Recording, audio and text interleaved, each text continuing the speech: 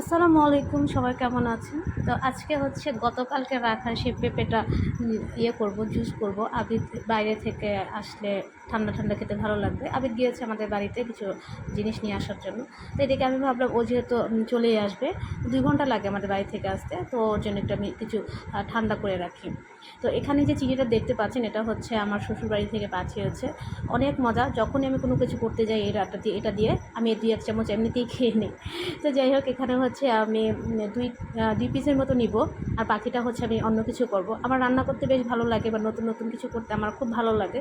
চেষ্টা করি, আসলে জানি না কতটা ভালো পারি। তো এখানে কিছু বরফ দিয়ে দিতে হবে, তো আমি 2টা বরফ কুচি দিয়ে দিছি, এরপরে হচ্ছে ঠান্ডা পানি দিয়ে দিছি। তারপরে হচ্ছে এখন এটাকে ব্লেন্ড করে নিব।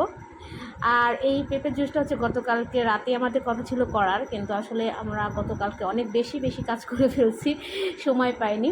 তো হয়ে গেল আমার জুস। এখন হচ্ছে আমি এগুলো সব রেডি করে আরেকটা রান্না করব, সেটার ভিডিও আমরা পরে দিব, সাথেই থাকবেন। তো এখন হচ্ছে এটাকে জাস্ট আমি রেডি করব। এখানে একটু মিস্টেক হয়ে গিয়েছে, কী মিস্টেক হয়ে গেছে কিছুক্ষণ পরেই বুঝতে পারবেন। আপনারা কি বুঝতে পেরেছেন কী মিস্টেক হয়েছে? আমার আইডিয়া ছিল না যে 4টা হয়ে গেছে 2টা। তো এই তো শেষ আমার পেঁপের জুস। কেমন হলো বলবেন।